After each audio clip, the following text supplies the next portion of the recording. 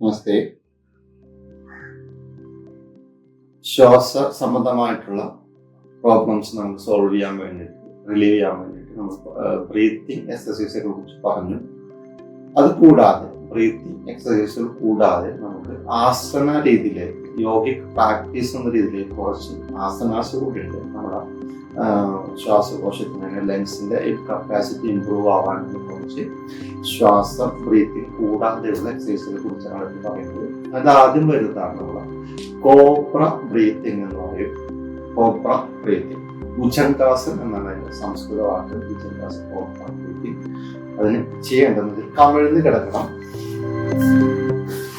കമിഴ്ന്ന് കിടക്കുക, കാലുകളൊക്കെ ചേർത്ത് വെക്കണം. രണ്ട് കൈ താഴെ താടി അല്ലെങ്കിൽ എത്തി തല താഴെ വയ്ക്കണം.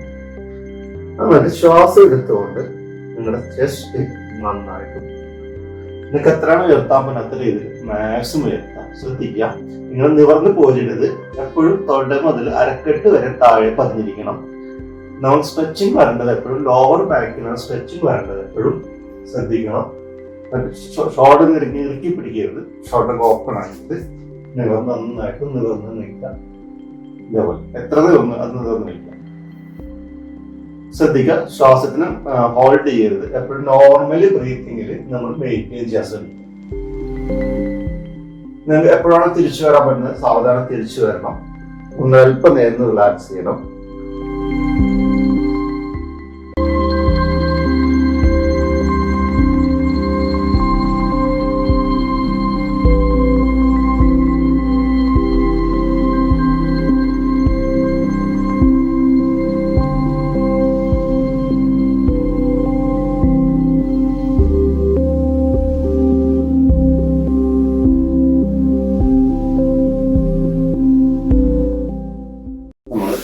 ബ്രിഡ്ജ് പോസ്റ്റർ അല്ലെങ്കിൽ സേതു ബന്ധനാസനം എന്ന് പറയുന്നത്.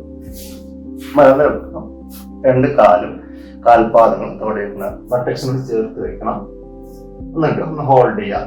അതായത് ആംഗിൾസ് നമ്മുടെ കാലിലൊന്ന് ഹോൾഡ് ചെയ്യണം കൈകൊണ്ട്. എന്നിട്ട് ശ്വാസം എടുത്തുകൊണ്ട് മുകളിലേക്ക് ഉയർത്താം. എത്രയാണ് നിങ്ങൾക്ക് ഉയർത്താൻ പറ്റുന്ന ഉയർത്തുക.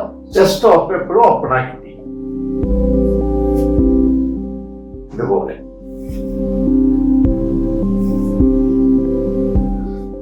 മാക്സിമം പൊങ്ങി നിൽക്കാം.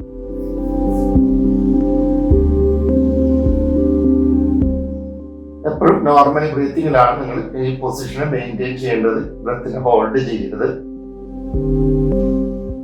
തിരിച്ചു വരണം.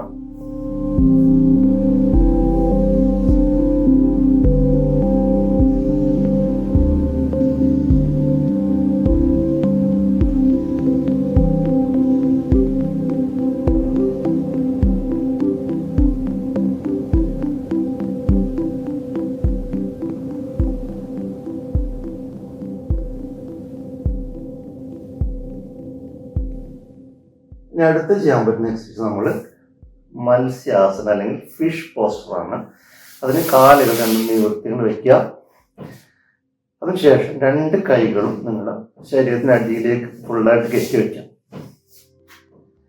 എന്നിട്ട് നമ്മൾ എൽബോ താഴെ പ്രസ് ചെയ്ത് രണ്ട് എൽബോ താഴെ വെക്കാം.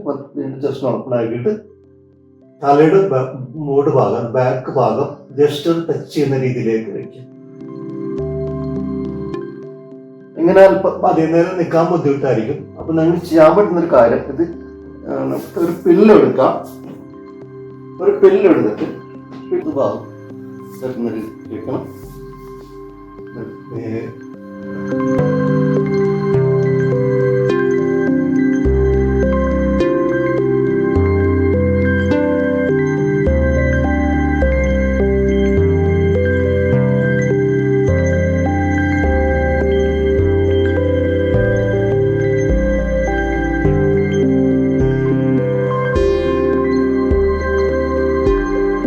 ഇങ്ങനെ 3 തരം എക്സസൈസുകളാണ് ഇതിന് ബ്രീത്തിങ്ങുമായിട്ട് നമ്മൾ ചെയ്യുന്നത്.